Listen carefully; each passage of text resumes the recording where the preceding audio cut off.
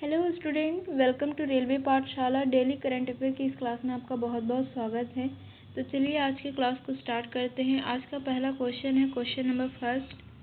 निम्न में से किस दिन अंतर्राष्ट्रीय सांकेतिक भाषा दिवस मनाया जाता है? ऑप्शन ए 20 सितंबर, ऑप्शन बी 21 सितंबर, ऑप्शन सी 22 सितंबर, ऑप्शन डी 23 सितंबर। तो इसका सही आंसर हो जाएगा ऑप्शन डी 23 सितंबर। हर साल 23 सितंबर को अंतर्राष्ट्रीय सांकेतिक भाषा दिवस मनाया जाता है। यह बधिर और श्रवण बाधित समुदाय के लिए सांकेतिक भाषा के महत्व को बढ़ावा देने और भाषाई विविधता का उत्सव मनाने के उद्देश्य से मनाया जाता है। इस दिन की शुरुआत 2018 में हुई थी, जब संयुक्त राष्ट्र महासभा ने इसे आधिकारिक तौर पर अंतर्राष्ट्रीय सांकेतिक भाषा दिवस के रूप में घोषित किया था। यह दिन बधिर समुदाय के अधिकारों और सांकेतिक भाषा के महत्व पर जागरूकता बढ़ाने के लिए एक महत्वपूर्ण अवसर प्रदान करता है। अगला क्वेश्चन है क्वेश्चन नंबर सेकंड। भारत और किस देश ने कृषि प्रौद्योगिकी में नवाचार के लिए मैत्री 2.0 नामक क्रॉस इंक्यूबेशन पहल शुरू की गई है? ऑप्शन ए चीन, option B Japan, option C Brazil, option D रूस।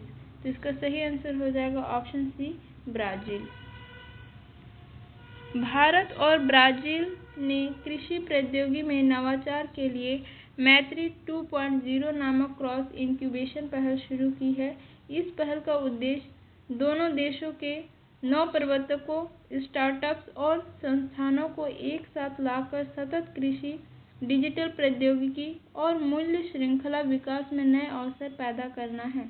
यह कार्यक्रम भारतीय कृषि अनुसंधान परिषद (ICAR) और ब्राजील की संस्था EMBRAPA के बीच समझौते के तहत आयोजित किया जा रहा है। अगला क्वेश्चन है क्वेश्चन नंबर थर्ड। निम्न में से किस देश ने अमेरिका द्वारा H-1B वीजा पर कार्रवाई के बाद वैश्विक प्रतिभाओं को आकर्षित करने के लिए के वीजा शुरू करने की घोषणा की है? Option A England, option B चीन, ऑप्शन सी रूस, ऑप्शन डी फ्रांस। तो इसका सही आंसर हो जाएगा ऑप्शन बी चीन। चीन ने अमेरिका द्वारा H-1B वीजा पर कार्रवाई के बाद वैश्विक प्रतिभाओं को आकर्षित करने के लिए के वीजा शुरू करने की घोषणा की है। यह वीजा 1 अक्टूबर 2025 से लागू होगा और इसका उद्देश्य युवा उच्च कुशल स्टेम, विज्ञान, प्रौद्योगिकी, इंजीनियरिंग और गणित प्रतिभाओं को आकर्षित करना है। चीन का के वीजा अमेरिका H-1B वीजा के समान है, लेकिन इसमें कुछ महत्वपूर्ण अंतर है, जिसमें वीजा शुल्क चीन का के वीजा शुल्क अमेरिकी H-1B वीजा शुल्क की तुलना में कम होने की संभावना है, जो 1 लाख अमेरिकी डॉलर है। दूसरा, नौकरी का प्रस्ताव के वीजा के लिए किसी चीन कंपनी से नौकरी का प्रस्ताव आवश्यक नहीं है, जबकि H-1B वीजा के लिए अमेरिकी नियोक्ता से अधिकारी का प्रस्ताव आवश्यक है। वैधता और प्रवेश के वीजा में लंबी वैधता और लचीले प्रवेश की सुविधा होगी। अगला क्वेश्चन है क्वेश्चन नंबर 4। निम्न में से किसने अजरबैजान ग्रैंड प्रिक्स 2025 का खिताब जीता है? Option A Max Verstappen, option B George Russell, option C Oscar Piastri, option D Sergio Perez. तो इसका सही आंसर हो जाएगा option A Max Verstappen. Max Verstappen ने अजरबैजान ग्रैंड प्रिक्स 2025 का खिताब जीता है। यह जानकारी विभिन्न प्रतिष्ठित स्रोतों द्वारा प्रदान की गई है और फार्मूला 1 रेसिंग के नवीनतम परिणामों से मेल खाती है।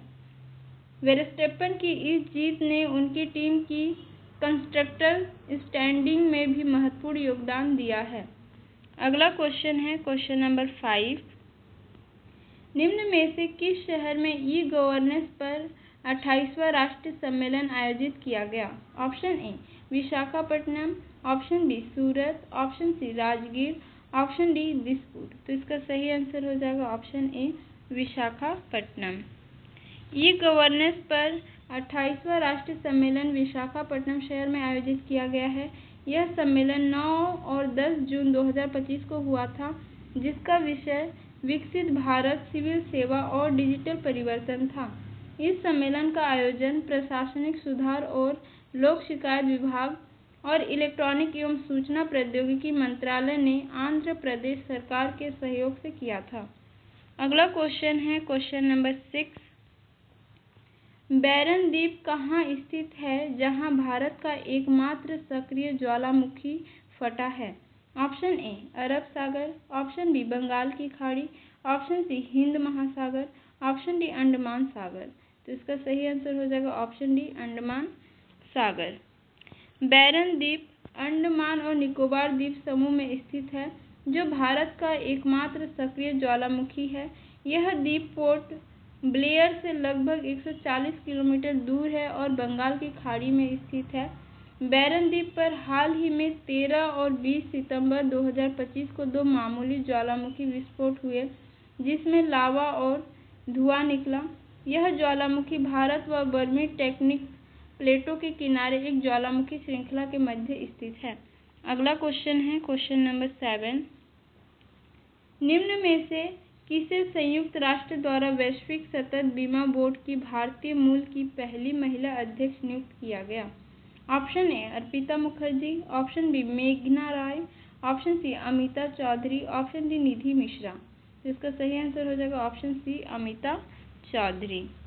अमिता चौधरी को संयुक्त राष्ट्र द्वारा वैश्विक सतत बीमा बोर्ड की भारतीय मूल की पहली महिला अध्यक्ष नियुक्त किया गया है। यह जानकारी विभिन्न प्रतिष्ठित स्रोतों द्वारा प्रदान की गई है और वर्तमान घटनाओं से मेल खाती है। अगला क्वेश्चन है क्वेश्चन नंबर 8। निम्न में से किस राज्य को रेशम विकास के लिए सर्वश्रेष्ठ राज्य पुरस्कार दिया गया है? Option A Assam, option B Bihar, option C Tamil Nadu, option D Andhra Pradesh. तो इसका सही आंसर है ऑप्शन डी आंध्र प्रदेश। अगला क्वेश्चन है क्वेश्चन नंबर 9। निम्न में कौन लगातार 3 बार महिला बैनर डी और पुरस्कार जीतने वाली पहली महिला खिलाड़ी बन गई है?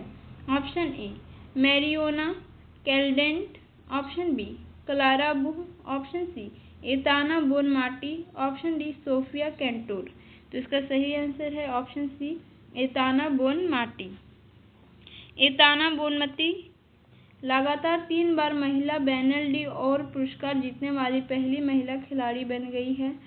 उन्होंने 2025 में यह उपलब्धि हासिल की जब उन्होंने बार्सिलोना और स्पेन की मिडफील्डर के रूप में अपने उत्कृष्ट प्रदर्शन के बल पर यह पुरस्कार जीता। बोनमती ने अपनी टीम को कई खिताब जिताने में महत्वपूर्ण भूमिका निभाई है, जिसमें यूरोपीय चैंपियनशिप और चैंपियनशिप लीग शामिल है। अगला क्वेश्चन है क्वेश्चन नंबर 10। सीमा सड़क संगठन द्वारा 21 सितंबर 2025 को प्रोजेक्ट विजय का कौन सा स्थापना दिवस मनाया गया? ऑप्शन ए 14वां, ऑप्शन बी 15वां, ऑप्शन सी 16वां, ऑप्शन डी 17वां। तो इसका सही आंसर हो जाएगा ऑप्शन बी 15वां। सीमा सड़क संगठन द्वारा 21 सितंबर 2025 को प्रोजेक्ट विजय का 15वां स्थापना दिवस मनाया गया। यह परियोजना लद्दाख में सड़कों और पुलों के निर्माण और रखरखाव के लिए जिम्मेदार है। प्रोजेक्ट विजय ने अपने 15 वर्षों के कार्यकाल में 1400 किलोमीटर से अधिक सड़कों पर 80 प्रमुख पुलों का निर्माण किया है। यह परियोजना भारतीय सेना की परिचालन आवश्यकताओं को पूरा करने और लद्दाख की सुदूर घाटियों और अग्रमी क्षेत्रों को राष्ट्रीय मुख्य धारा से जोड़ने में महत्वपूर्ण भूमिका निभाती हैं। अगला क्वेश्चन है क्वेश्चन नंबर 11। निम्न में से किस शहर में भारत की पहली त्रिसेवा अकादमिक प्रौद्योगिकी संगोष्ठी शुरू की गई? Option A Patna, option B Bhopal, option C Jaisalmer, option D New Delhi. तो इसका सही आंसर हो जाएगा ऑप्शन डी नई दिल्ली। भारत की पहली त्रिसेवा अकादमिक प्रौद्योगिकी संगोष्ठी नई दिल्ली में शुरू की गई। यह संगोष्ठी 22 और 23 सितंबर को मोनिकोस्टो सेंटर में आयोजित की जाएगी, जिसका उद्देश्य सशस्त्र बलों और अकादमिक जगत के बीच तालमेल बढ़ाकर मजबूत रक्षा पारिस्थितिकी तंत्र विकसित करना है। इस कार्यक्रम में कई शीर्ष अकादमिक और अनुसंधान एवं विकास संस्था भाग लेंगे, जिसमें सेमिनार, पैनल चर्चा और प्रदर्शनियां शामिल होंगी। संगोष्ठी में अकादमिक संस्थानों को अपने विचार, प्रस्ताव या विकसित प्रौद्योगिकी प्रस्तुत करने का अवसर मिलेगा। तो आज की क्लास को यहीं तक रखते हैं। आशा करते हैं कि आज की जानकारी और आज के क्वेश्चन आपको पसंद आए होंगे।